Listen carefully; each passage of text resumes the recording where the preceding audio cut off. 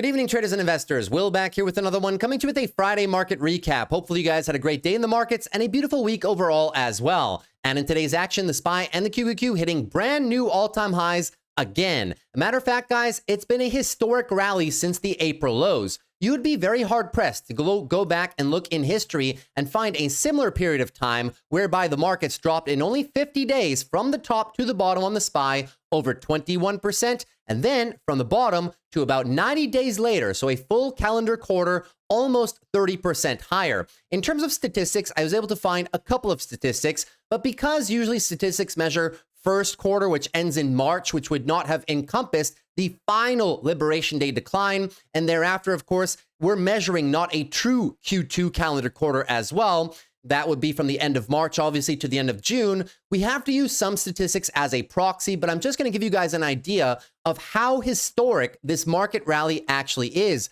Matter of fact, it's only happened 2 other times in the entire history of the markets as we know them so far. One of those times was in March of 1938, the S&P taking a 18.6% decline in the first quarter of the year. Thereafter, in the Q2 period, by the end of June, it was actually up 38.4%. That is measured from, of course, the end of March to the end of June. That was period of time number 1. Number 2 was, of course, during the infamous COVID pandemic. By the end of March, the S&P was down 19.6% from the top. And then, of course, thereafter, by the end of June, we were looking at a 20.5% gain. So this market rally right here, from the bottom to the top after a 20% decline, guys, it is top 3 in all of history. So hopefully you guys have been enjoying the gains so far. And to top it all off, we don't even really have many red flags for the market right now. Inflation is still in check. The jobs market is still looking not too bad. And number 3, we also don't have any meaningful resurgences in inflation just yet. However, this week we might get a ton of volatility catalysts that could have a decent impact on the market. Number 1, of course, has to be the sheer size of the earnings releases that we're getting this week, guys. Take a look at this, right? 39% of all companies in the S&P are going to be reporting this week, ending on August the 1st. So it should be a jam-packed week of earnings. So many different companies on the table. Everything from, Visa, SOFI, PayPal, UNH, Starbucks, Booking Holdings, UPS, Spotify. I mean, I could talk forever about this list. Then we got all the big tech names as well. Meta, Microsoft, Robinhood, special shout out to them. Lam Research, Qualcomm, some semiconductor plays, ARM as well. And then on the Thursday session, Apple, Amazon, MicroStrategy, MasterCard, and so many companies that are not even on this list. Matter of fact, as I said, right, 39% of all companies. So this is going to be the biggest week of earnings. But not only that, guys, we have a ton of economic releases as well. It's going to be a very busy week, possibly prone to volatility. On the Wednesday session, we get GDP, but not only that, we get Jerome Powell coming to speak to us and determine whether or not, for sure, they're probably not going to cut interest rates this week. However, we're going to get some maybe insights into what they plan to do in the September meeting and maybe even into Q4. So there's going to be a lot of discussion surrounding interest rate policy, the Fed's view on the economy, tariffs, inflation, and everything in between. That's going to be a very big day. Then on Thursday as well, guys, we get some more details here. We're talking about the initial outlays of core PCE. And on the Friday, we get everything else, guys. Non-farm payrolls, manufacturing numbers. It's going to be a very heavy week in terms of macro releases. And to top it all off, we may have the biggest trade deal yet to be signed. This is possibly going to be between the United States and Europe. President Trump now traveling to Europe over the course of the weekend, just landing in Ireland today. And he was saying that there's a good 50-50 chance for a deal, and said that the sticking points have to do with maybe 20 different things. He said it would be the biggest deal of them all if we make it. So it should be a very crazy week, right? With everything from earnings to a possible trade deal with the European Union, and then, of course, to all our different macro releases. So prepare for some volatility. And if everything is perfect this week, then you might get the actual blow off top heading into the month of August. And I'll remind you, seasonality for the periods of August, September, and October is a little bit choppy in the markets. July being the second best month of an entire year. The first best one always being November. So keep that in mind, guys. We're possibly looking if the stars align, the earnings are good, we get a trade deal with the European Union, and number 3, all of the macro points that we have to discuss this week are also all good, that is when you might see the last leg of an already very explosive rally. And I'll be positioning as such. In the past few weeks, I've cut a lot of my swing trade longs. I'm maintaining some bleep call positions, and I still do have a lot of room for any wheel trades for any market declines, but I have been reducing a lot of the positioning, guys, that I had taken either, during the months of May, the months of June, in hopes for a beautiful July rally, which so far has happened. So in today's video, that was a big introduction, but it needed to be said because it's all in preparation for next week, right? So in today's video, we're going to do a few key things together. Number 1, we're going to be going over 2 earnings reports with you guys today, and those are going to be IBM and ServiceNow. Those companies had earnings Wednesday after the close, and we will take a look at exactly what happened during those earnings and derive whether or not these companies represent some decent buying opportunities. Thereafter, we will do a full sector rundown here of technical analysis on our major sectors, but some of the minor sectors as well. Check on the market rotation. Where is the money moving to? Thereafter, we will go through our big tech list as well, derive which one of these companies is possibly lining up to be a buy into their own respective earnings seasons, and thereafter, which ones are also decent adds to the long-term portfolios. And lastly, guys, we'll be taking a look at my portfolio today, explain to you the trades that I was able to take over the course of this week. It was overall a fairly good week for us in the markets, guys. A decent amount of wheel trades, some assignments, and I'm looking forward to running these assignments. A few directional trades closed again, and a few lottery earnings trades for the most part that they were very beneficial to us. So that being said, guys, that's going to be everything for today's video. Sadly, no biggest gainers and losers of the day, but at the end of the video, I will give you guys 5 names that I'm looking at for the next few days for some possible final swing trade longs as we wrap up the month of July and a very busy earnings season as well. For the most part, earnings season, guys, will kind of wind down, not after next week, but the following week after that. So the next 2 weeks, probably going to be a lot of big swings in the market, up or down, depending on which names you are obviously looking at. So that being said, guys, that's going to be the structure of today's video. Let's dive right into it, shall we? So the SPY up 0.42, the Q's up 0.24, a little bit of an inverse right there. Overall, though, guys, the market rotation was very healthy. Most of all the major sectors participating today, everybody except for energy. Some of our big tech names were mixed here, which is fine. Overall, it was a pretty broad sector. Software was also included in some of the rallies today. The banks and the credit cards and even the insurance players were doing well today too. Healthcare, not a bad day, and the bottom half of the market also performing quite well. Overall, a very decent week of rotation. In terms of the one day, you will see that most of your major sectors were higher except for communication services and energy. On the 1 week relative, you can see some very nice market breadth, guys. Most of all your major sectors have been participating. It's not that much of a top-heavy market as it once was, possibly a few months ago. Look at the 1 month relative performance as we kind of wind down the month of July.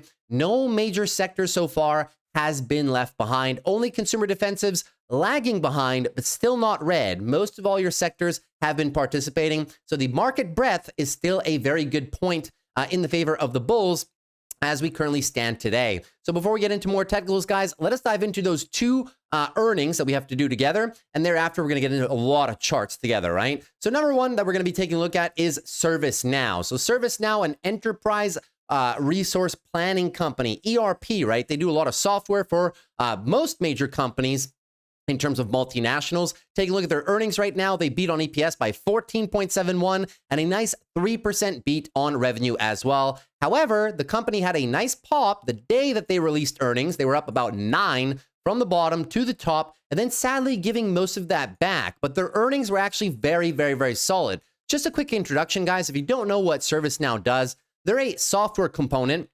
And essentially what they do is they do a lot of the back-end management within corporations. So they make corporations more efficient within the inside in terms of tracking different requests between different departments, right? So in terms of processes to allow to follow different procedures across HR, procurement, facilities, legal, finance, etc., etc. They have a client-facing aspect of the business, which is similar to what Salesforce does, right? Just basically tracking interactions between the client and the business. But their main bread and butter is definitely everything behind the scenes, improving company workflows within the business itself, right? Between employees and between various different departments. So that being said, let's take a look at some of their numbers and see how they did. Well, you can see here revenue up 22% year over year. That was fantastic. EPS 31% year over year, net income 47% year over year, and active customers above 5 million. That was up 19% year over year. Fantastic numbers by this company. The one thing that we'll talk about a bit later is the company is a little bit expensive, just a little bit expensive. Let's move into the article right here. ServiceNow lifts guidance on AI growth. So a double beat on EPS and revenue, but also lifting guidance. We won't spend too much time on the article, but I'll show you some slides thereafter. Subscription revenues hit 3.11 billion, which was topping the analyst estimates of 3.03. So a very nice beat right there on subscription revenues. They boosted their full year subscription revenue guidance to between 12.77 and 12.795. Couple percentage points of an increase, but that was enough for Wall Street to send the stock up a couple percentage points in the after hours after they reported. Every business process in every industry is being refactored for agentic AI. Looking very good, guys. They're definitely taking a piece of the AI pie, making companies more efficient from the inside, but also ServiceNow itself not requiring as many employees as it once had because they're seeing a lot of efficiency gains. And as a result, they are also seeing some margin gains too, which we'll get into shortly. While federal businesses, oh, this is one thing here. So they expected a 2 percentage point hit to the current remaining obligations in the third quarter due to seasonality and more customers renewing contracts in the final quarter of the year. The company also said that budget changes at the U.S. government agencies could affect results. This is a result of DOGE, right? Obviously cutting some funding there for certain programs. While federal business is a bit uncertain today versus a year ago, we're navigating it well, and we feel confident that our guidance reflects any potential changes that we're seeing. This is important because of this line right here. In its 2024 annual earnings report, ServiceNow said that one U.S. federal government customer accounted for 11% of revenues. So that guidance is definitely clutch right there. During the first quarter, its public sector business grew 30%, which is insane numbers. Subscription revenues are expected to range between 3.26 billion and 3.26 billion, which was ahead of the analyst consensus of 3.21 for the upcoming quarter. So very good, guys. Their end of year guidance was very good. Their Q3 guidance was very good. Current remaining performance obligations rose nearly 25%. The company has a ton of money in the pipeline. If you take a look at how much money ServiceNow makes on a yearly basis, you'll see right here that they bring in roughly, let's call it about $13 billion worth of revenue. When I show you the slides right here, you'll notice how much money they have in the pipeline, right? Look at the remaining performance obligations, 24 billion. That's over 2 years of locked in secured revenue. That is fantastic overall, 29% increase year over year, both for current and non-current RPOs right there. So fantastic metrics overall for the company. If you take a look at year over year subscription revenues growth, you can see that they've been oscillating between the low to mid 20% range, which is fantastic and should be the same for the entire fiscal year of 2025. In terms of if we're looking at the remaining performance obligation progression, you can see every single quarter, guys, it gets higher and higher and higher. This company gives tremendous efficiency gains to some of the largest companies in the world. As a matter of fact, some of their biggest clients are companies that you guys know very well. A lot of the hyperscalers, a lot of big tech and things of that nature too. You can see the customer cohort growth. A lot of the customers that stay with them for a very, very long time. They're still growing the cohort from 2010. The company has a lot of pricing power. It's able to increase prices every year, and it just keeps stacking customers. And as you can see, these tranches do not get smaller as time progresses, right? They, in fact, only get bigger. They have a very high customer retention rate. The renewal rate, as a matter of fact, is 98%. So companies really enjoy using their product. Expansion of customer relationships here is a net positive for the business too. And if we just take a look, guys, because there's not much else in the slides that I wanted to go over, but if we take a look at some things right here, I want to show you guys the progression of this business's revenues. Now, the blue line right here is their digital workflow revenue, and the orange bars are the subscription revenues, right? So the digital workflow revenue is when they onboard a new client. There's an upfront cost to actually, buy the actual software and implement it across the company. Thereafter, they have a subscription service whereby they offer support for these various companies and things of that nature, right? So it's an upfront product cost in terms of the initial software, but thereafter there is a subscription component to be able to maintain that software on company servers for a very long time, right? It includes, well, just maintenance of the platform, of course, and also different support functions and features. So you can see here that sadly, we do not have the digital workflow revenue, but the bar is right here, right above that $10 billion mark, of course. And if we take a look at the subscription revenue, you can see what I want you guys to focus on, guys, is the progression of the chart. It is extremely, extremely consistent, extremely predictable revenue, which goes hand in hand with a company that runs a subscription model. The purple line right there is gross profit margin. You can see that they've been hovering around the high 70s, right? So very good expansion here, especially over the last 10 years, kind of coming to the top end of the company's efficiency profile. And then, of course, we have down here the green line, which is operating margins. This company did not always used to have positive net margins. Matter of fact, up until roughly, let's call it 2018, 2019, the company was not always net margin profitable. Then they scaled into their operating leverage, and now they have very decent operating margins and very decent net margins as well. You can see that from this little chart right here, bottom right, even 2020, right? Very thin profit margins, but they've been expanding well. And now their profit margins are in the low teens, and you can expect a bit of further expansion there too. So overall, guys, a fantastic quarter, a very consistent business. If you take a look at the future growth for the company,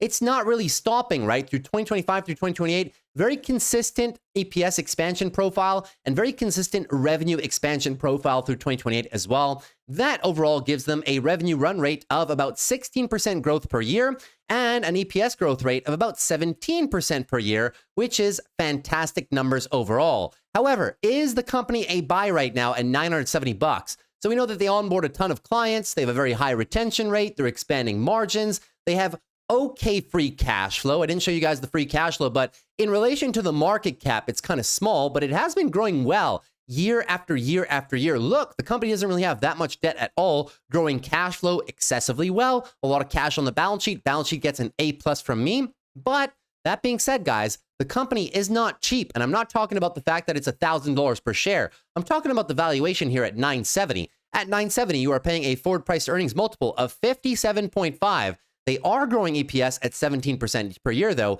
However, that does give them a PEG ratio of 3.38, which, objectively speaking, is very high. The free cash flow yield, although improving, is quite low because that's a factor of the market cap. Price to sales also at 15.19. That's very high, guys, even for a SaaS company, even for a tech company. You know, anything above 10 to 12, you really start after scratching your head to understand how much you're paying for that growth. And this indeed is a lot, right? If you compare it to another business such as CRM is a much cheaper company, but in my opinion, ServiceNow has the better product, all right? So they kind of do the same thing, but not quite. ServiceNow is more the back end, business to business, or within a certain business, improving inter-department functionalities, whereas CRM, Salesforce, is more focused on the client to business interaction, right? So the companies, although they're in the same segment, they only have one portion of the business that's overlapping, which is the fact that ServiceNow is trying to do customer relationship management as well. But that being said, CRM is a cheaper business, but of course, it's because it's also growing less quickly, right? If you pull up the CRM profile right here, you will see that in terms of their revenue run rate right here, it's about 8.5% per year, and their EPS growth rate is about 13.5%. ServiceNow is growing faster, and as a result, it has a higher multiple, but you can also argue that the company is a bit more solid too. If I had to take one of the two, guys, if they were equal valuations right now in terms of the PEG ratio, the PEG is what allows us to compare apples to oranges or apples to other apples. If they were the same PEG ratio right now, I would literally take ServiceNow every single day of the week. However, that's not the case. So we have to understand, how much are we paying for this growth right now? We are paying expensive. The last time, in my opinion, that ServiceNow was a buy, and I was saying this while it was dropping, was during the April sell-off. However, this one for me right now is a hold. I'm not saying it's not going to grow in the future. It will grow, but let's say we give them a terminal price to sales of about 10 to 12, yeah? So let's have a look here. 2028, $22 billion in sales. As a result, 10 to 12 price to sales would be what?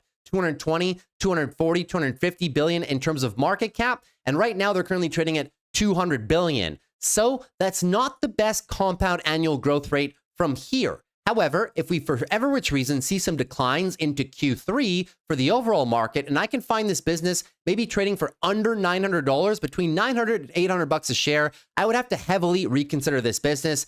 That being said, if anybody is holding any shares from prior, I also don't see a reason to sell. It's just net new buys here. You're not getting the best deal in the market, but the stock is still not a sell if we have some shares that we've accumulated from prior. Fantastic business model, and a well-run company overall. There's just one little thing that you have to pay attention to, guys, and that is the shares outstanding, right? They're not doing any buybacks. There is a little bit of dilution because the company does do about 17% of stock-based compensation per year. That's in relation to the revenues. So that eventually will taper off as the company does scale. This cutting back of this is what's going to allow them to really scale their margins and get that juicy operating margin and net margin expansion. That is the one small, I wouldn't call it a red flag, but it's just something to pay attention to for the business in the next few years if you do own it, okay? So that being said, that's everything for ServiceNow. Now, let's get into the company number 2, which is going to be IBM. So IBM has been the focus of a lot of people, I would say roughly over the past year, right? When it really started breaking out of this long-standing decline here. This overall, guys, was a 10-year decline. And then the AI trade comes around and IBM finally catches a bid. That being said, after earnings, guys, the company was down around 8%, despite posting very decent numbers for the quarter. They beat on EPS by 5.7%, and they beat on revenue by about 2.34. Right now, the company is sitting in daily oversold conditions and into a relevant area of support. Is this company a buy after this sell-off? I mean, it's in the narrative right now, the whole AI narrative, and they do have certain products that do cater to that narrative. However, I'm just not convinced that this is the best place that you should be possibly placing your money if you are looking for AI trades out there in the market. So let's have a look at some of the numbers real quick. In terms of the earnings, they had obviously the beat on revenue and EPS, which we just discussed. Revenue only up 8% year over year. A little bit soft, right? Especially for a company that's directly exposed to the AI trade. Earnings, though, were up 15% year over year, so not bad. But the key takeaways here, look at their different segments, yeah? Software revenue, 10%. You got companies out there in the market. We just looked at one, right? ServiceNow. That was growing revenues at let's say 20%, right? Year over year. Software revenue, 10% year over year. Consulting revenue, still a decent portion of their business, only up 3% year over year. And infrastructure revenue, which is their fastest growing segment, as they are scaling their server offerings for AI, 14% year over year. So overall, guys, when you take a look at the growth of this company, right, is it in line with other AI players in the space right now? Arguably not. I mean, guys, you have some hyperscalers out there, Meta, Amazon, Google, that are growing revenues faster than IBM. And those companies have like 4, 5, 6, 10 times the market cap. So pay attention to that, right? Operating income up 15% year over year. The expense profile, though, up 10% year over year. Operating cash flow down a little bit, and net income 20% up year over year. So not too bad overall, guys. The benefit of this company is the free cash flow, but I'll tell you at the end why that might just not matter. Moving on here, IBM shares drop as software revenue misses. We'll take a look at a few lines here in the article. While not a major factor overall, geopolitical tensions are prompting a few clients to move cautiously, said the CEO. U.S. federal spending was also somewhat constrained in the first half, but we do not expect it to create long-term headwinds. Kind of reiterating the thing that ServiceNow just told us, right? The government's being a little bit stingy on spending right now, which of course is the byproduct of the efficiency program that was ran earlier on in the year. Software revenue climbed about 10%, as we just saw on the prior chart, falling short of the $7.3 billion consensus. So coming in at 7.39, consensus was 7.43. There is the first miss, which caused the company to come down a little bit. The software unit's gross margin of 83.9% was barely narrower than the street's estimate of 84%. So the software division for them is their most profitable business at 84% gross margins. Clients reprioritized their spend to the hardware, said the CEO this time around. Revenue from consulting rose almost 3%, as we saw previously, but still very soft numbers in terms of growth. Delayed decision-making, especially in discretionary projects, as well as prior year renewals, impacted our in-period signings. So saying they're not just getting as many deals as they'd possibly hoped for, maybe because of the tensions that were during Q1, essentially, during the tariff sell-off, right? Infrastructure revenue went up 14%, as we already said, and that was above the consensus estimate. So it's really just software missing the estimate, right? And that matters because it's their most profitable segment. IBM's generative AI book of business from inception to the present stands at $7.5 billion, up from $6 billion in April. So they're getting a piece of the pie, guys, but not very much. IBM called for over $13.5 billion in 2025 free cash flow, similar to a projection from April. The company still sees at least 5% revenue growth at constant currency for the year. This is their end of year guidance, guys. Year-over-year revenue gain of 5%. That's not very fast growth at all. And this is my problem with this company, guys. The revenue is only growing on average for the next 4 years, 4.6% per year. Their EPS is only growing 7% per year. In my opinion, there are many companies out there in the market that are growing much faster than IBM. And although they've been able to benefit, guys, from, the AI narrative and stuff like that, don't forget, right? You're still looking at a company that's a shadow of its former self. You guys don't even understand the amount of lines of business that IBM had to sell off because they were just not profitable anymore, or they were just not innovating in those segments any longer. So it's a shadow of its former self.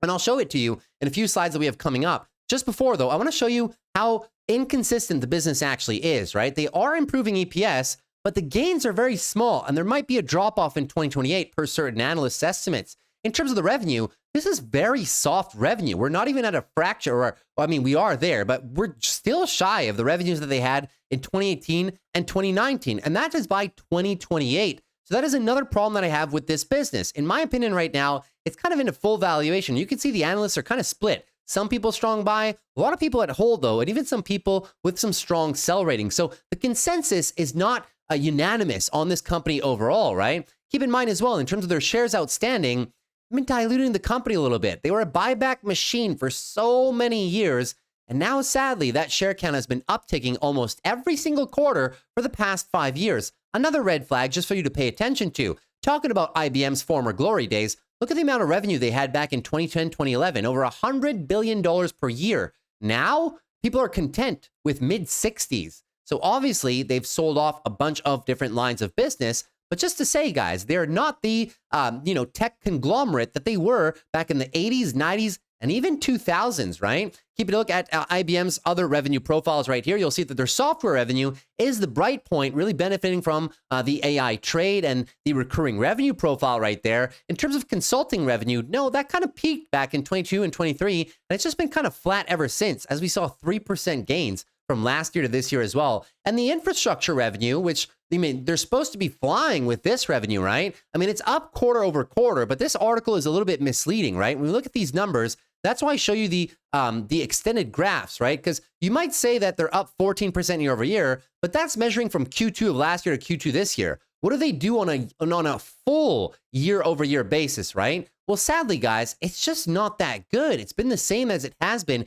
in the past 4 or 5 years. And the last slide that I had to show you guys is there are just many more other dominant players that have been eating their lunch for the past 10, 15 years, arguably. Here's the share of the cloud market as measured as Q4 2024. And to be honest, it hasn't really changed, right? IBM is down here with 2%, only 2%. Even Alibaba has a bigger share of cloud than they do, right? AWS, Microsoft Azure, and of course, Google Cloud being much bigger. And all three of those companies, by the way, having much better growth rates than IBM. So my question to you guys is this really the best AI play that we can possibly utilize our cash for? Well, I think the conclusion after seeing all of those charts is sadly no. Could it be a trade opportunity, identifying some oversold conditions right now on the daily timeframes, identifying some support very close to the 200-day EMA, and the fact that we're in currently a weekly uptrend? Yeah, we can position for a swing trade here with possibly a stop loss below the lows right there, right cutting the 250 mark and possibly going for a swing trade back to the highs as we progress through this AI narrative. There's a trade here, but is it a company that I want to be adding to my long-term portfolio for the next 5 to 10 years? Well, I think you guys can get a sense from their revenue profiles and their EPS profiles of the last 10 years. No, they're benefiting from this AI rally, yes, but is it a company that you can just forget about and establish them as being a dominant player across all of tech for the next 5, 10 years? Probably not, guys, right? The money should probably go into other companies that you guys know a lot better, and even some up-and-coming companies, guys, with much better tech than IBM, in my humble opinion. Those are my thoughts on IBM. I hope I wasn't too critical, right? It is a trade. I agree that it's a trade, but do we really want to be investing in a company that's only growing revenues and EPS by this much? I understand that the valuation is low at a 23 forward price to earnings. The PEG ratio is kind of high, though, because they're not growing EPS above 10. The free cash flow yield is very solid. I mean, if they do the amount of cash flow that they say they'll do by the end of the year, and we stay at this price, that'll be a 5.6% free cash flow yield. But at the end of the day, guys, what are they doing with the free cash flow, right? They're not buying back any shares, clearly. Not yet as of lately, right? So what are we buying this for? This is kind of what comprises somewhat of a value trap, in my humble opinion. You only need to look so far. If you want a company with a low 20s multiple, growing much faster, you only need to look so far as Google. And I think Google has much larger moats and competitive advantages than IBM does, right? Those are my thoughts on ServiceNow and IBM. Hopefully you guys enjoyed those two earnings presentations. Now, let's dive into some charts, shall we? So, starting off with the S&P 500 here, guys. Well, there's not much to see on this chart. And as I've previously explained, there is so many volatility catalysts coming up over the current week, guys. It's going to be very difficult to predict the price action. One thing's for sure, though, the bulls remain in absolute full control of this chart on every single time frame. Daily uptrend is very nice, in control of the 12 EMA, and any move lower looking for a higher low. Anything above this guy right here, around the 618 mark, looking for a new higher low for further trend continuation. In the event that you unwind everything this week because everything is bad, the macro data, the earnings, no trade deal with the European Union, and you result in a daily downtrend heading into the first week of August, which will be 2 weeks from now, well then what are we looking for here, guys? We are just simply looking for a weekly higher low. And we've got a ton of space for it, guys. Anything above 590, looking for a weekly higher low. Support is all the way down here, 610 down to about 600, and the 12 EMA is sitting right in that location as well. In terms of our breadth indicators for the overall market are looking quite solid. Percentage of stocks above their 20-day moving average still at a very healthy 60%. We do have some room for some expansion here as some sectors such as healthcare have been left behind. Even consumer defensives have been left behind. Percentage of stocks above their 50-day EMA. Here we can see that on the longer term moving average. So when you see the 20 pulling back, it just means that some stocks have rallied a lot and now they're pulling back below their short-term moving averages, right? When you see percentage of stocks above their 50-day EMA, that's because, well, if we plot on a chart, right, the 20 is going to be closer to the price, the 50 is going to be here, and the 200 is going to be down there, right? It just means that a lot of stocks have done this on some pullbacks, but not yet coming below their 50-day EMA. So that's why the 50 is higher at 69, still relatively healthy. This 50 is the institutional level. When it's above 50%, you are traditionally in a bullish leaning environment. And percentage of stocks above their 200-day EMA, you can clearly see that there is a lot of room for expansion. Only 55% of stocks above their 200-day EMA right now. So if you thought the rally was finished and running out of places for the money to run to, absolutely not. There are still many companies out there that are well below their 200-day moving averages. So keep an eye on those ones. Moving on to the QQQs right now. The Qs not doing a bad job at all. Beautiful daily uptrend right now. I mean, the bulls are just in full domination mode of this chart. Higher lows are set right. Actually, they're actually down there because we never lost the hourly uptrend. That would be on a zoomed in chart if you guys don't just take my word for it, right? If you want to just see on the chart, usually you have a daily pullback period when you lose the hourly uptrend. We never set an hourly downtrend in motion. Never, never, never, never. So on these pullbacks, which would have been these candles right here, we didn't actually have a daily higher low set. It was only just a normal pullback. The true higher lows, when you got an hourly downtrend, or rather a tightening range, was down here. So the higher lows, anyways, you know, a lot of technical analysis jargon right there. But a lot of you guys have been learning from this that you've been commenting down below. So hopefully the way that I look at these charts is proving helpful to a lot of you, right? So down here, 550 is your daily higher low. Looking for a higher low on any pullback. Keep in mind, if everything is bad this week and we lose the 12 EMA and also set up a daily downtrend, what are we looking for heading into the first week of August? Well, you're just looking for a weekly higher low, guys. The weekly bulls are in full control of this chart. Tons and tons and tons of space. Anything above 522 looking for a weekly higher low. And the pullback region would be 537 down to about 523, right around the weekly 12 EMA as well. Looking very good for the QQQ bulls. On to XLF financials right now. Financials, very solid move from financials. Daily downtrend, full engulfing move. Still no reset though. So any move lower, we're going to be looking for that reset. Looking for a higher low, anything above 51.35. Higher low, tons of space to possibly set up for it. The cleanest time frame for financials, in my opinion, is the weekly chart, guys. This is like picture perfect backtest, prior resistance, current support, bulls backtesting it beautifully, testing the 12 EMA as well, and now just moving on to one leg higher in the markets. And weekly, we're not overbought just yet. Even on the daily, guys, not overbought. So financials have a little bit of room, and we got several big players in financials reporting over the course of this week. Number one, Visa. Number two, MasterCard on the Thursday session. So pay attention to those because those can definitely move financials because they do have a very decent weight in the index overall. Moving on to healthcare right now. Healthcare actually up 0.53%, closing the week near the highs, right? So not looking too bad. Still no breakout though. Very, well, not a very wide one in terms of percentage, right? But you guys understand what I mean. It's not super tight like this. It is somewhat of a wide trading range right now. You're looking for the breakout, guys. You got to be a breakout of above 137. Give me the weekly breakout. We can talk about a weekly uptrend. We can finally talk about the monthly higher lows being cleanly established because you cannot say the lows are set until the bulls reset the lower time frame, which in this case is the weekly. Then you can say the monthly lows will be set if that does happen. And then you're looking for a monthly upswing possibly that can take you into the low 140s before we hit a bit of resistance. Fantastic area of prior support. The bulls have been using this the entire time. And I've been saying on healthcare, guys, this 50 EMA rarely gets challenged. I mean, over the past 10, 15 years, how many times? 2010, unless you take the GFC, of course, right? 2010, 2011, COVID, and then now.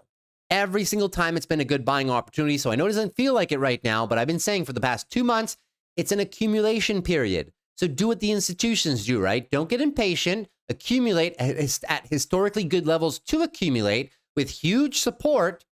And then you get to possibly reap the rewards when the play comes into favor. Moving into SMH right now. SMH down about 0.11, but the bull's not really losing too much.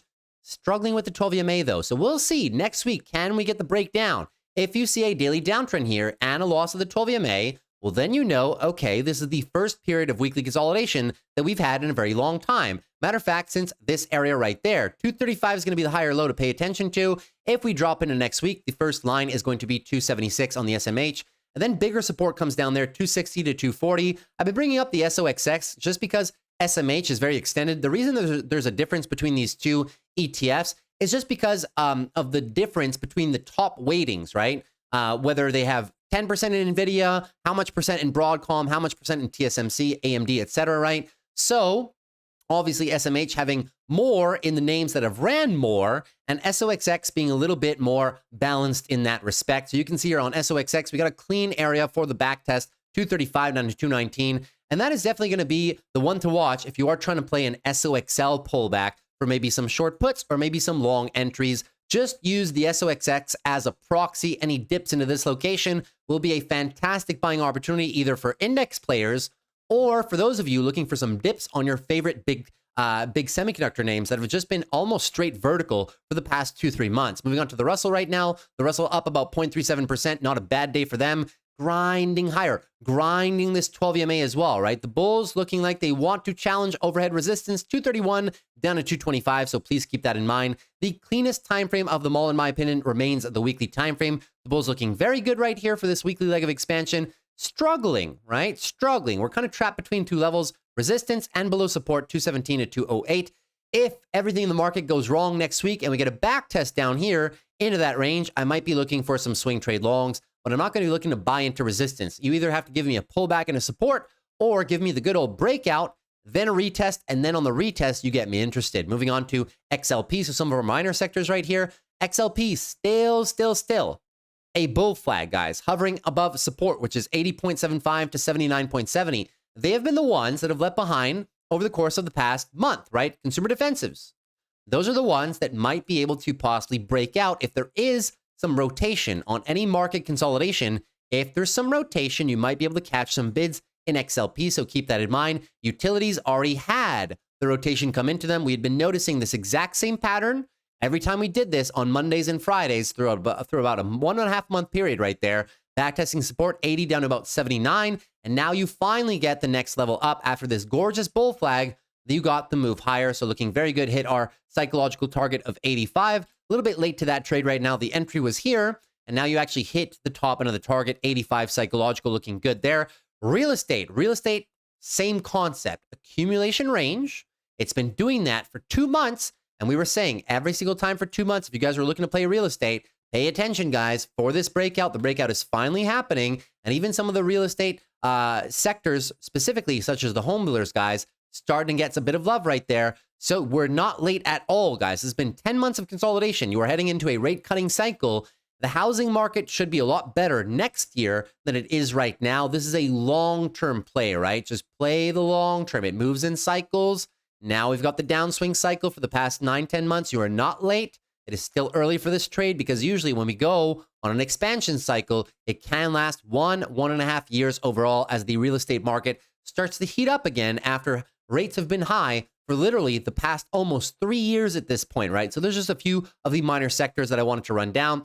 VIX right now down at 15, but next week we have all the volatility catalysts in the world to possibly get a bit of an uptick. But rather than trying to predict that, just wait for it to happen and then position accordingly, right? When the VIX is low, it's still a nice environment to be buying some call options, but not weekly call options on very volatile names. No, look for names that have been left behind, right? Several major names, names such as Apple or otherwise, have been left behind in the year-to-date rally. So if you enjoy some of the companies that have been left behind and you want to take a leveraged bet on those companies, now's the time while the VIX is low and those companies are still left behind to possibly be building some leap call positions while volatility is low.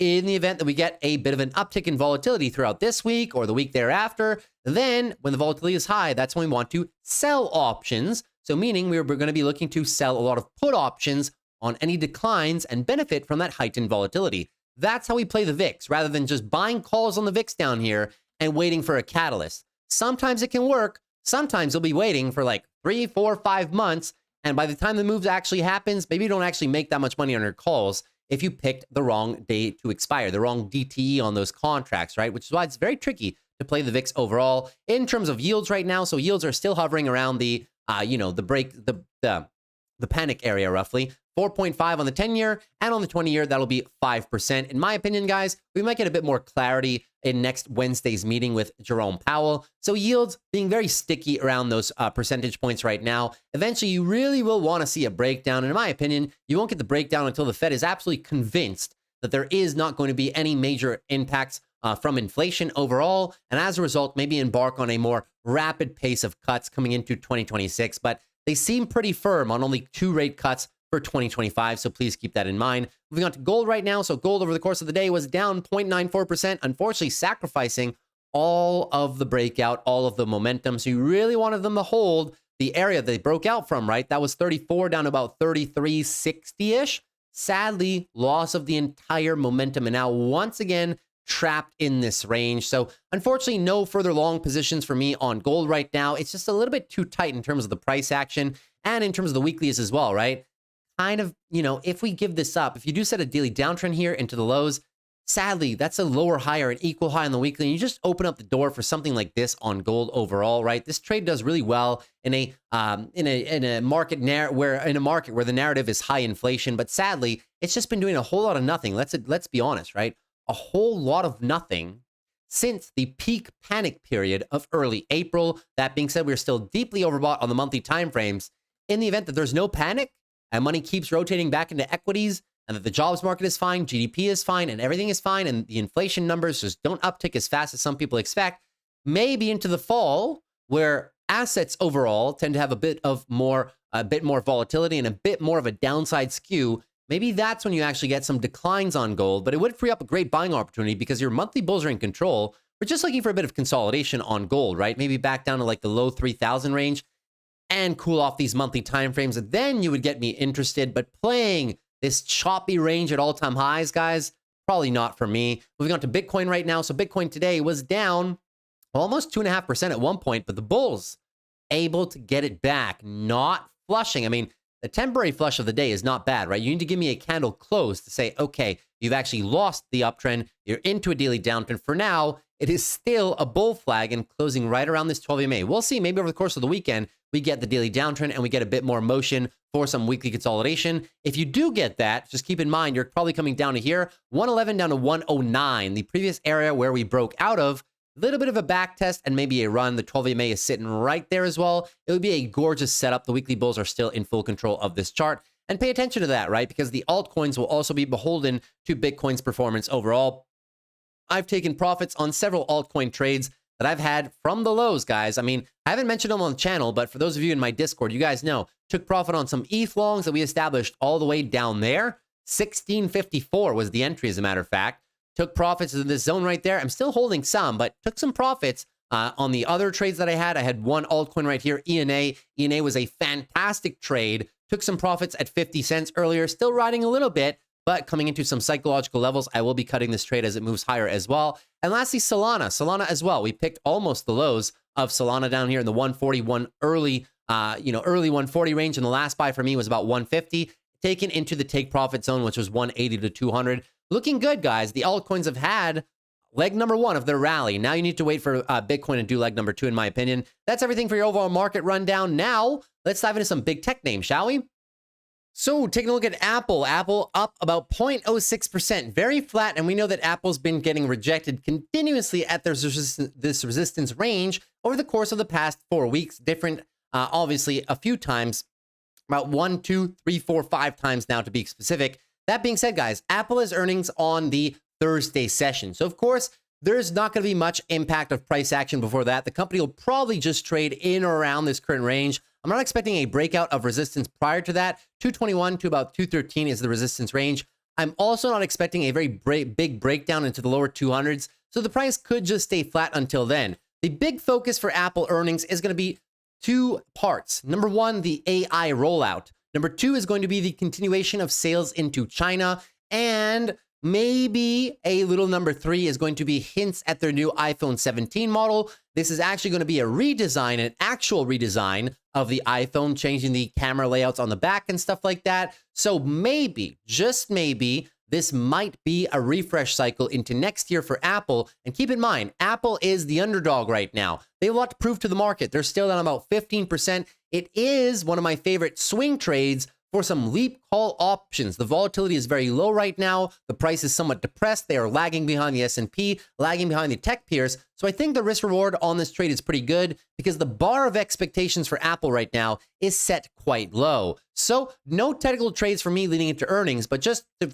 front and center, right? I do have a leap call option that I purchased all the way back there. I mean, not even too long ago, about 2 weeks ago, and I will still ride through earnings. If we do pull back here, I will be a buyer of Apple, probably looking to sell some put options under the price, and maybe even looking to add to my leap contract. Moving on to AMD right now, another 2.68% day for AMD, looking very strong overall. AMD has just been flying recently, guys, right? Overhead resistance stays put 170 up to 180, and that's a decent level. A decent area of resistance, right? It rejected the price several times over the course of the past year and a half. That is probably the area that maybe the bulls run out of steam a little bit. We're kind of coming into overbought areas on the RSI on the weekly, and we have been oscillating overbought and not on the daily RSI too. This would be an area of confluence whereby I do think that the bulls might get stopped out. They have earnings in 2 weeks worth of time.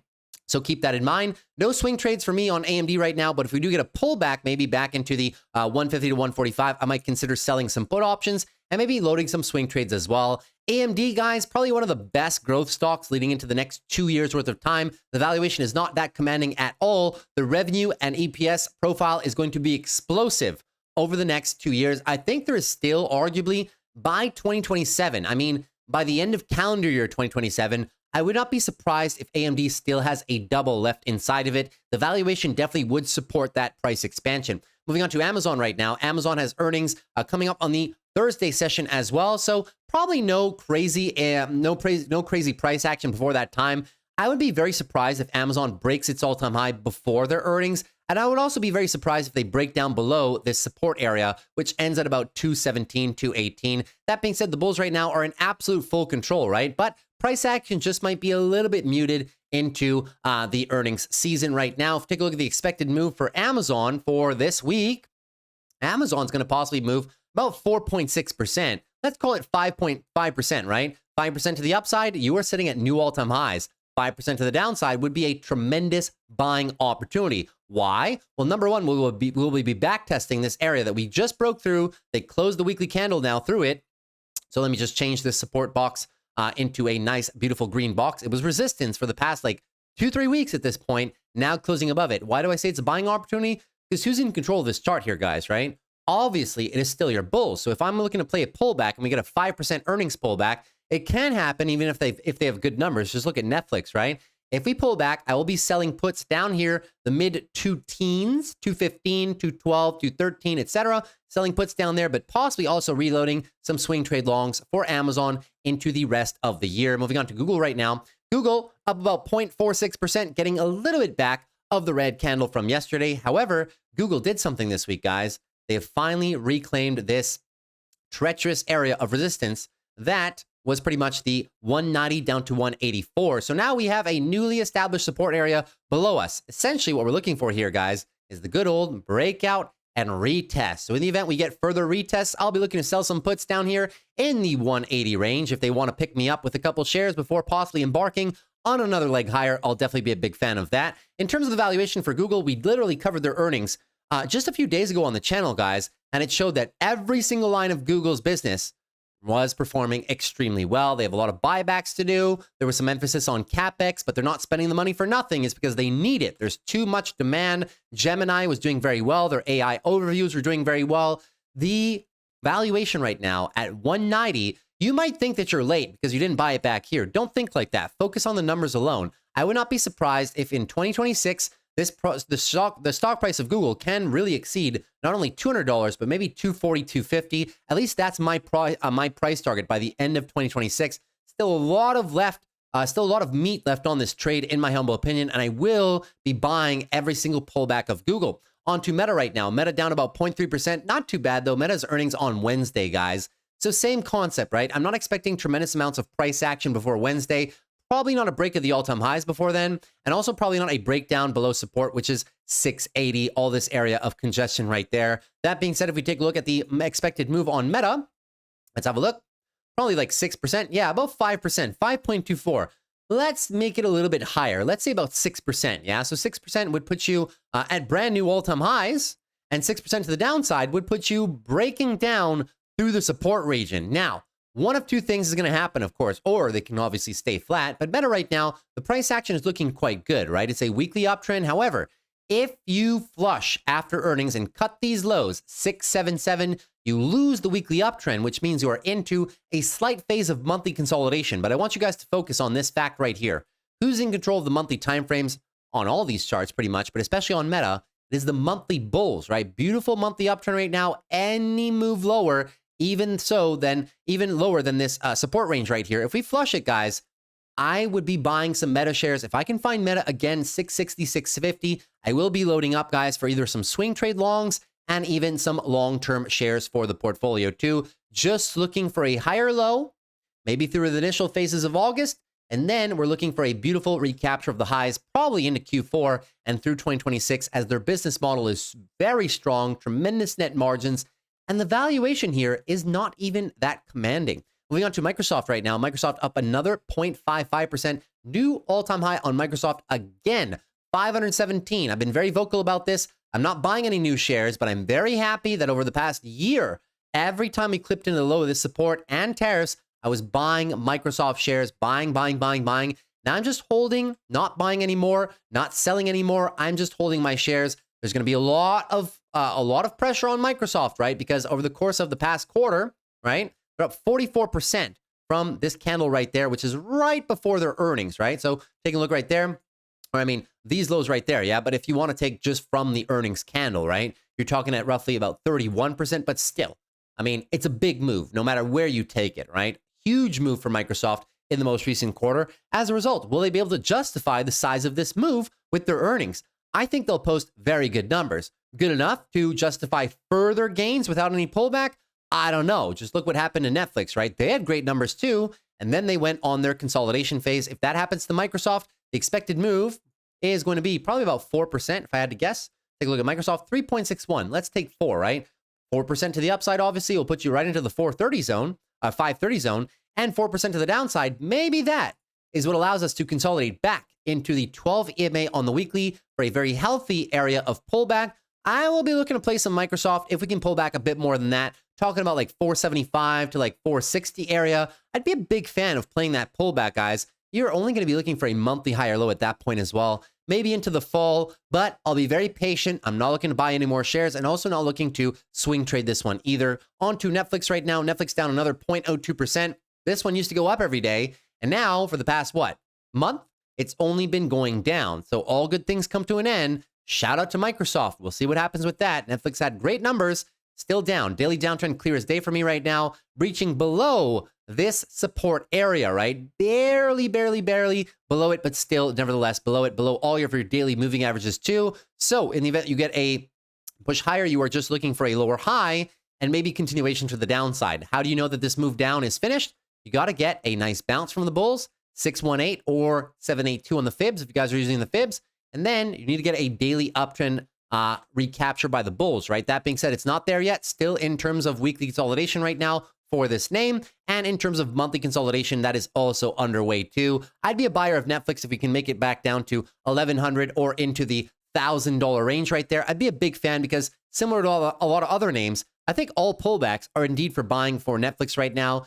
Just take the company's own guidance for 2030. They're expecting a $1 trillion market cap by 2030.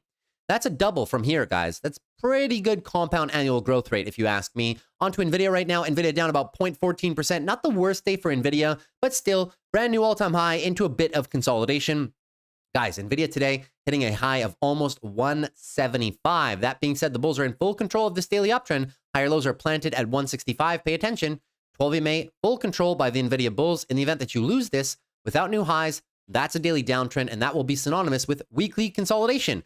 Just look for the Netflix pattern on all of these names. If you see the Netflix pattern, you know what's coming. Probably a few weeks of consolidation.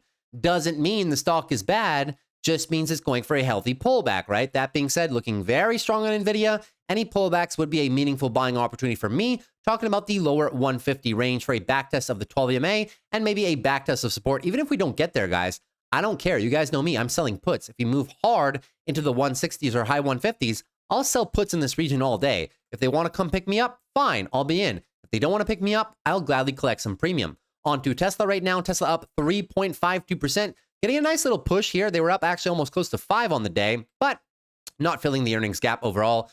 Price action, guys, is very messy. Yeah, very messy. What the bulls are looking to do, they set the higher low with earnings, looking for the expansion, but the cleanest time frame of them all, in my opinion, is the weekly, right?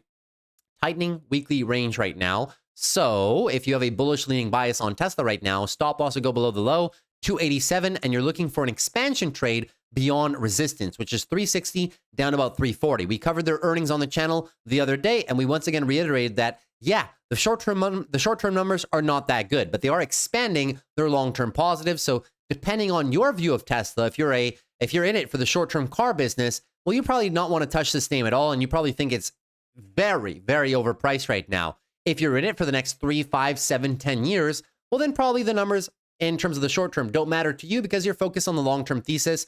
I will not make the determination as to in which camp you should be. That's going to be completely up to you. But for people looking for swing trade longs, because the bias is still bullish right now, well, I mean, in terms of the price action, right? The bias is still bullish. The bulls have not lost this consolidation phase. Beautiful monthly consolidation right now and above support. If you're looking for swing trades, I'm just here to provide you with a stop loss. 287, and then take profit target would be obviously 360, and then the next area up there for take profit number 2. Moving on to Palantir right now. Palantir up 2.54%. This company has earnings in 2 Mondays from now. So pay attention to that. Palantir, brand new all-time high, smashing 160, guys. The valuation now, I mean, we did it at 130. If it was expensive at 130, you don't even want to know what it is at 160. It'll, let's just say at $375 billion. How much revenue is Palantir bringing in for a company that's trading at $374 billion, right? $4 billion. $4 billion. If they push a little bit higher, guys, and they hit a $390 billion market cap, that's literally 100 price to sales. 100 years of revenue. They're ramping revenue very well, but still, right? That is pretty crazy. So a big focus is going to be on the revenue growth rate, of course, during the quarter. I mean, I'm selling covered calls on my Palantir shares right now. I don't know what you guys are doing, but I'm definitely selling some covered calls into earnings on Palantir. I've been in for a while, guys. I'm up a lot of money. I made a lot of money on Palantir so far. But at the end of the day, right, you kind of have to acknowledge that eventually valuations will catch up to you. I know we can find similar stories like this in the past, such as NVIDIA and such as Tesla.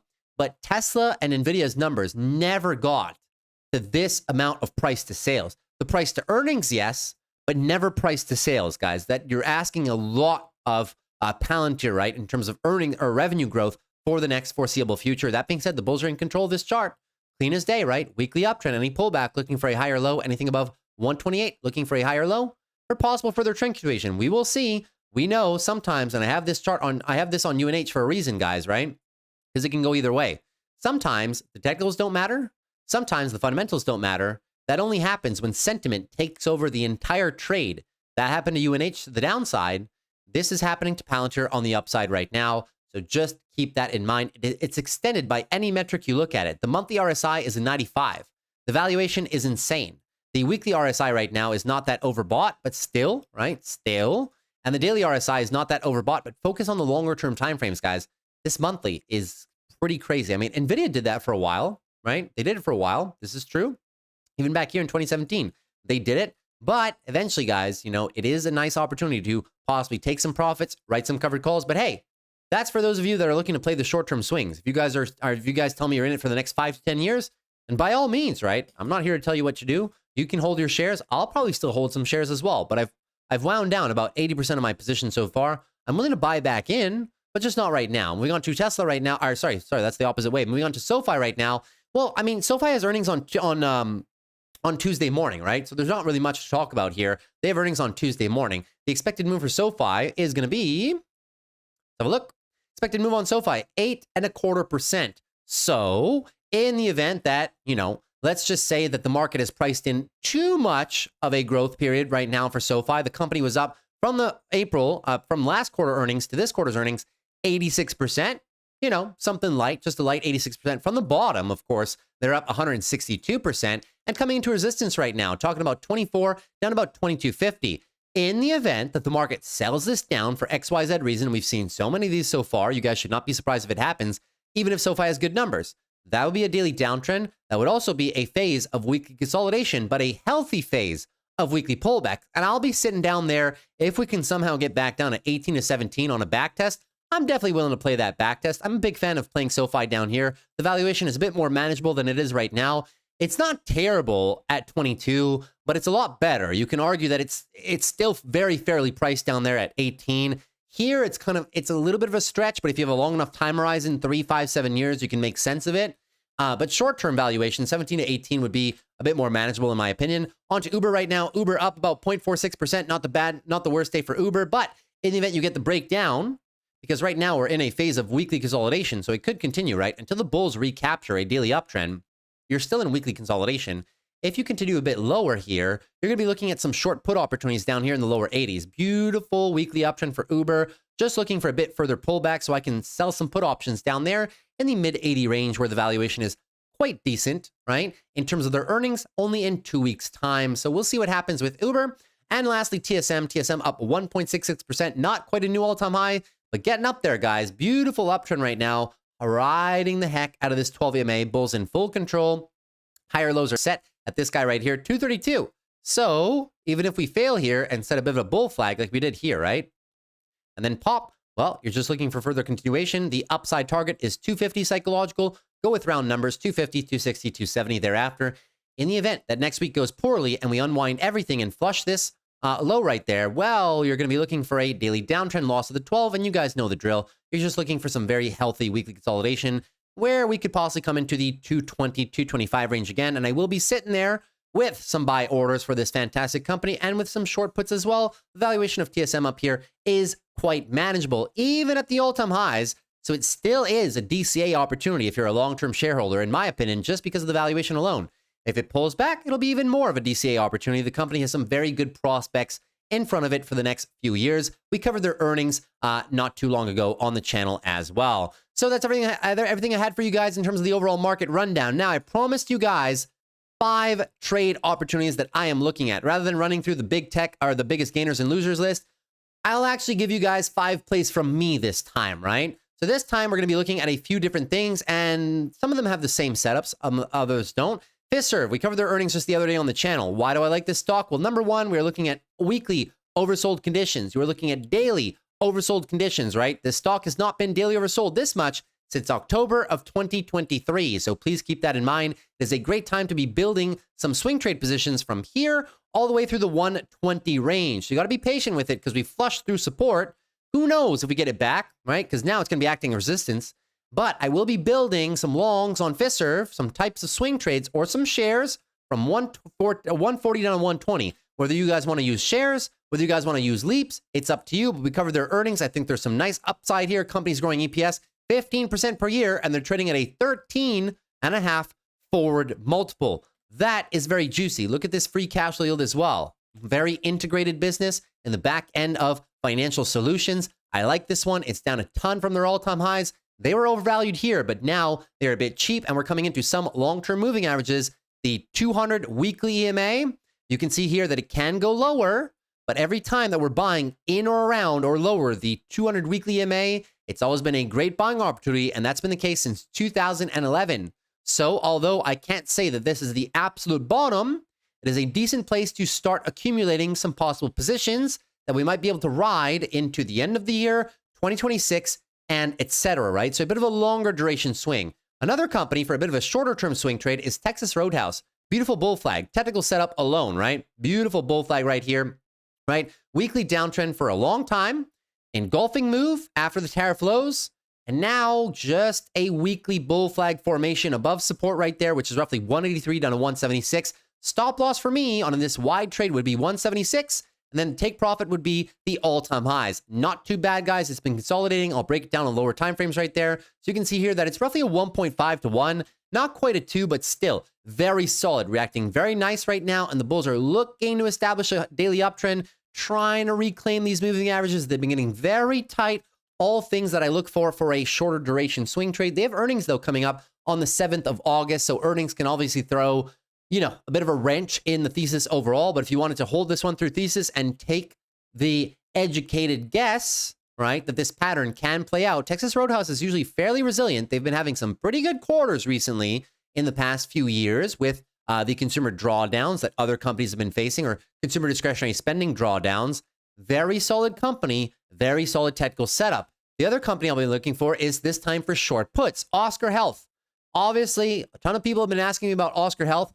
I'm not opposed to playing health insurance providers, guys. They've all been down just the same, right? UNH has been terrible. CNC had their earnings today, although they had a nice little pop. I mean, their earnings were an absolute disaster. Let's just call it for what it is. Elevance, terrible. Humana, terrible. But one could argue at the depths of, possibly perception of entire industry right now, and at the depths of terrible guidance and uncertain guidance, now might be the time to start to play some of these things, right? And Oscar Health is the company that has the most amount of retail interest, the most amount of retail sentiment, so it gets a lot of mind share, right? And we know that narratives and attention are also a big piece of the puzzle when we're looking for some short-term swing trade action. We're reacting very nicely from the support range, 14.8 down to 12.46. The way that I'm looking to play this, because long options are a bit expensive, either shares, accumulating some shares, or what I'm doing to accumulate some shares is just selling puts. Selling puts in this lower region is probably going to be one of my favorite plays. If we have a small account, we don't have that amount of that large of a size of capital right now. I mean, the company, you can argue that the company is undervalued in terms of price to sales. They're growing revenues very nicely. This is true, but the whole industry is trading at similar price to sales metrics. So it's not just them, it's the whole industry. But we could have some nice upside, in the not so distant future. And the upside on this one comes a lot faster than it might on UNH or other companies with a lot larger market caps, right? So this one, the upside, of course, you can tell from the chart, first line of take profit area would be 22 to 23 type of thing. So accumulating down here, not the worst, but, just fair bit of warning, right? If the sector continues to perform poorly, even though there's technical support right here, which has been there for like roughly a year and a half, that won't matter. We will drop a level. So just be prepared for that and just plan some DCAs accordingly. But for now, my first batch of buys will be in this location for Oscar Health. Another company that's set up pretty well into earnings, guys, is Airbnb. So Airbnb is looking really nice. I mean, this one has been accumulating for I don't know how long. It's been literally almost a year at this point. Some ups, some downs. But if I were to derive a price average, we would be right around here. The monthly EMAs are finally starting to populate on the chart right now. We're above our short-term weekly moving averages too. The weekly bulls are in control tentatively of this uptrend. We're coming into resistance right now. Their earnings are coming up. This is also a play that if you expect Airbnb to expand on their services offerings, and this is usually one of Airbnb's best quarters, okay, into the summer months here. They've also expanded services offerings. We'll get to hear from that from last quarter. not looking too bad for a bit of a breakout play, right? Bit of a breakout play. This one can be a bit wide. The stop loss area would be a break below 126, $15 stop loss, but that's a weekly trend expansion. So use monthly levels, monthly take profit 165, $25 of upside potentially. So it's not quite, I mean, the risk reward profile on it is not too bad, honestly, all things considered, right? So you're looking at about a 1.83 risk to reward. It's a longer duration swing trade. So I'm giving you guys some short-term ones like Texas Roadhouse. I'm giving you guys some short put plays like Oscar. I'm giving you guys some longer dated ones like Fiserv and Airbnb. Stock number 5 is going to be Reddit. Reddit also has their earnings, right? So a lot of these that have earnings in the way, you kind of have to just take that in consideration. I'm expecting these companies to have good earnings.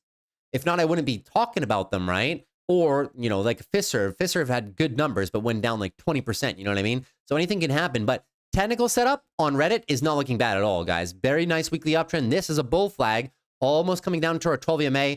Bull flag for the past couple of weeks might be looking for a bit of expansion. We could keep a tight stop loss, right? However, they have earnings this Thursday. So the only drawback of this strategy is if after earnings, for some which reason, they report bad numbers and they gap down through the stop loss area, that's not going to be very pleasant, right? However, we can widen the trade. There's a short-term trade here, right? To where a stop loss would be tentatively below 138 and the take profit into roughly 180. This is a great bull flag, guys. The bulls are just looking to get a bit more momentum. Daily MACD, not looking too bad. And the weekly, looking for the continuation of the uptrend. They should have good numbers overall. I mean, if Google's advertising numbers are anything to base our analysis off of, they should have good numbers. In the event that they don't, though, there is a larger trade at play, but it's very wide, guys. Very wide, and it might take a few months to play out. The stop loss would be below 118. $30 of stop loss on this trade. You're looking for the progression of a monthly uptrend, okay? And then since it's that wide, this trade may need to take a few quarters to play out. Your take profit is back all the way up here, 200 to 220. So the risk reward is there. It is there on a longer duration trade. If you want to wait till after earnings, that's okay, but Reddit is going to move a lot on earnings, guys. This is either make or break. So if I had to go small on this, it would either be a few shares or a call debit spread or two with a lot of time on them, 3-4 months looking for the expansion. If it doesn't work, it doesn't work. If earnings gets in the way, it is what it is. 10.95% expected move, but I figured I should show you guys this play because some of you guys enjoy taking that style of play, right? Where you risk a little bit of capital, but in terms of the follow-through reward, it might be immediate and it might be a decent risk-reward profile. Those call debit spreads, you know, you're probably looking at roughly a 2x, right? If you can get some call debit spreads up here, talking about 175, 180s or 180s, 185s for like an October period, not too bad of a look. So those are 5 plays that I'm looking at for different reasons, some longer duration reasons, some short-term reasons for some short puts like Oscar, and then even possibly some swing trades leading into possible bullish earnings, right? Such as Reddit and such as Texas Roadhouse. Hopefully you guys enjoyed those. In terms of the account recap here, guys, I'll try to take you through this quickly because I know the video is long. So in terms of the recap here, guys, take a screenshot. I'm not going to run through every one of these positions. We talked about them a bit on Monday. These are all wheel trades, guys, at previously established levels. I talked about almost all of them in the top 5 options video last week, but essentially Elf Beauty, what we're looking for here, guys, we're looking for pullbacks in the lower 100s. If we do still get that, I'll be playing some short puts. As you can see, I have been for the past few weeks. There was another one last week as well. CoreWeave, I continue to do the same thing on this stock, guys. I continue to wait for big red days, right? Or consecutive big red days. Then I just write as far below as under the market as I possibly can while still getting 0.5%. For next week, you can get 0.5% all the way down here in the mid 90s. And I probably will be doing one of those contracts next week. It's been a very profitable strategy for us so far. No assignments on CoreWeave because I'm putting so much distance on them. Micron, been very vocal about this one. Micron, short put plays for the wheel down here, lower 100s. Not a bad area, simply a weekly breakout retest. They had great earnings, just some normal price action affecting the stock right now. SOXL, I continue to play this one with a bit of distance. I'm eyeing the 22s down to 20 strikes. For the same analysis I gave you guys earlier in the video, pullback on the SOXX, right? Pullback here translates to a pullback on SOXL. In that respect, that's the lower 20s. So that's the area that I'm playing every single week on those short puts. And lastly, Oscar Health. We literally just viewed it. I did the 14s on Thursday. We made some decent profits on those. And I do have some more Oscar Health for next week, which we'll get into in just a few short moments. Chewy, Open Door, and Fiserv. So Chewy, This one we got assigned, barely assigned at 37. We were looking for a pullback. This was on my top 5 options play, pulling back to some EMAs. I mean, it's a very clear monthly uptrend, right? So I'm just looking to play this pullback into the EMAs. Sure, we're breaking a bit down below support right now, but it's fine in my opinion. We are daily oversold conditions right now. I will gladly play the wheel on this stock. They only have earnings coming up in a few weeks' time here at the end of the month of August. So we'll play the wheel on it, right? We haven't been assigned any shares of anything for literally the past 2-3 months at this point. I'm looking forward to being able to wheel Chewy, and a DCA contract for me would come in the lower 30s if ever that does happen. Moving on further to our next assignment, Open Door. This is a meme play, guys. I don't even know if I told you guys I did this. I literally did 2 contracts. Who cares? $3 on this big decline day. This one right here. $3 strike. We got like 39 cents for them. So our break even right now is something like 260, right? So we're kind of like right break even. I'll be playing Open Door covered calls, well above the market. 2 contracts. I'm still looking for the perpetual squeeze and expansion of the business's fundamentals. I don't even mind holding these, and I will write covered calls as far as possible just to not get called away too soon on these shares. If anything, I'll just farm them, and who knows? If I lose all my money, it's 2 contracts, guys. I always tell you guys to bet small, right? $600 is not the end of the world. So we'll just play this assignment for what it's worth, and then Fiserv. I took this as an earnings play. I think I told you guys that I was playing it for earnings, but anyways, we got assigned at 146. This one moved 4 standard deviations from prior earnings to the bottom. This was 4 standard deviations. I was 2 standard deviations away, which is, you know, if you guys know anything about standard deviations and normal distribution curves, 3 standard deviations is like 99.99% of a probability of it not happening. 4 standard deviations is, dare I say, impossible. But as we know, nothing's impossible in the market, right?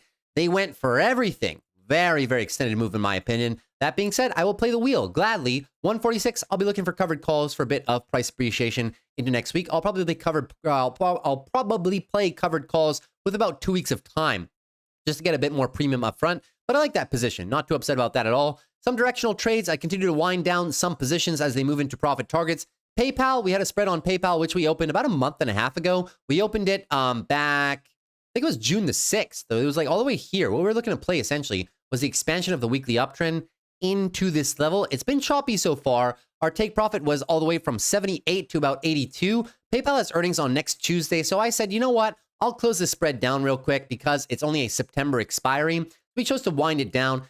We could have held it into earnings, guys. But the problem is that these debit spreads, when you start running out of time and lets you get pulled back after earnings, it just dies. And that gets really tough for it to make a move like that in the month following thereafter, especially leading into fall seasonality. So I'm always more cautious than not. Just secured some profits. It was a nice gain, like 30+% per contract right there. So pretty good. Rocket Mortgage, we closed this one. You remember I bought Rocket Mortgage a while ago, as a matter of fact, when Rocket Mortgage was all the way down here in like the 12s in May, something like that. We finally hit our take profit up here, 100%. We have May call options. I still have one.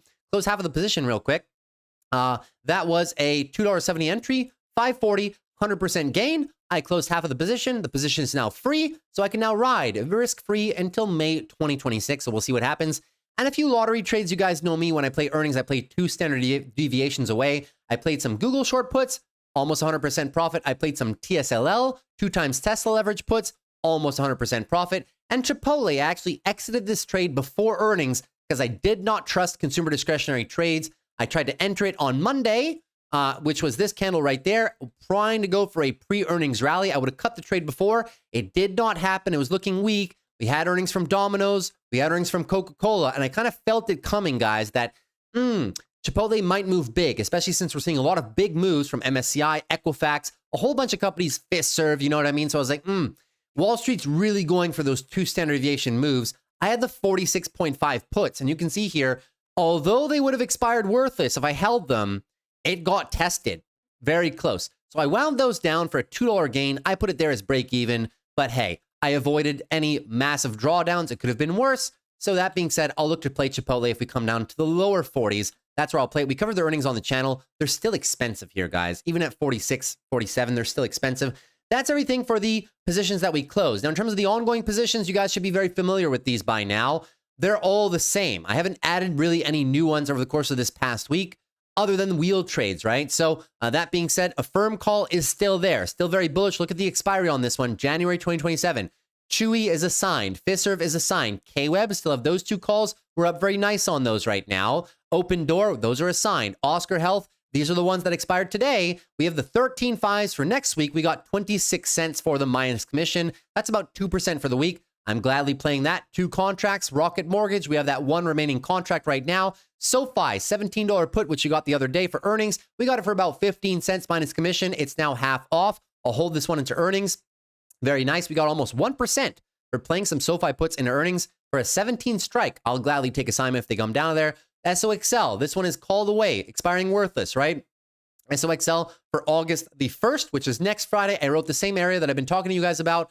22 puts, 28 cents we got. Bit aggressive on it. Now we're actually in profit a little bit. TLT call continues to be very weak. I'm not adding to it just yet.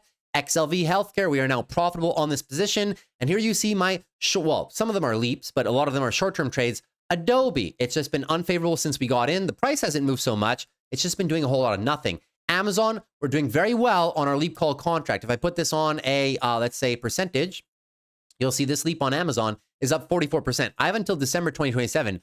I am going for $280 to $300 on this one. I will hold gladly. I have an extra 2.5 years, guys, right? If that's not enough, I don't know what is. ASML, this one was a short-term play that we took a few weeks back leading into earnings. Hopefully they were going to have bullish earnings. Unfortunately, they did not. We are down on this spread. We have until October to recuperate a bit of the money. Berkshire, we've been in this one for a while. I've explained it many, many times before that Berkshire is probably a very decent play in or around these current price levels. So far, not too bad, although we've burned a couple weeks of time here because we entered the trade at the start of the whole support level. It came lower and now it's back. So we've burned, a couple weeks of time on the contract. So you guys know how options work, right? You burn some time, you're down a little bit. We're not down that much though, just 17%. I'm still bullish on this one. Have until October. CRM, same concept. We're currently down about 20%. CRM, we entered it a few weeks back. Call it maybe, at this point, right? It was late June, early July, all the way back here, looking to play the same breakout, the breakout retest right here. Looking to play a weekly breakout. We will see if we can get it. ServiceNow earnings were good. I have all the way into, let's say, October for this one to play out as well. So just holding. Fiserv, this is an earnings lottery trade that I took into earnings because Fiserv was already cheap. I was hoping that we might get a bit of a move to the upside. I went very inexpensive on this one, $1.30. This one is now completely dead. Good thing for me, though, I have until October. So if a miracle happens, maybe I can make some money back, but it was a lottery trade. I was willing to lose everything. Google, we are up 48.5% on this leap call contract that we bought when the stock had a bit of a downtick there into 165. This was a hell of an entry. I talked about it on the channel. A lot of my Discord members followed me, and now we are in the money, or we're actually in profits right now until June 2027. I will be riding this stock into 240, 250 before I close this contract. Moving on to Micron right now. We've been in this one for a while since the tariff lows. We are still up 120%, although Micron's been bleeding. I have until December 2027, right, to ride it into the all-time high. So we'll do that. UNH, this one's been dead for a while, for a long time. I tried to buy the dip, and it just kept on dipping. We didn't commit that much capital to it, though it's down. And Waste Management as well. We're only down 7%. Let's call it break even. Waste Management, this is just kind of just a, retest of support down here. We're just looking for an expansion leg. It's been consolidating here for the better part of the past 6 months. Let's call it. Beautiful chart. It's a monthly breakout, guys, and backtest of support and the 12 EMA. Just looking for a bit of trend continuation. Very slow moving stock, though. They have earnings on Tuesday. We'll see what happens. If not, I have until October. So you can see there's less. I'm winding down a lot of these positions. And if we get the pops that I'm looking for in the next 2 weeks, I will wind down more and more and more and not necessarily open new ones. I'm keeping the leaps.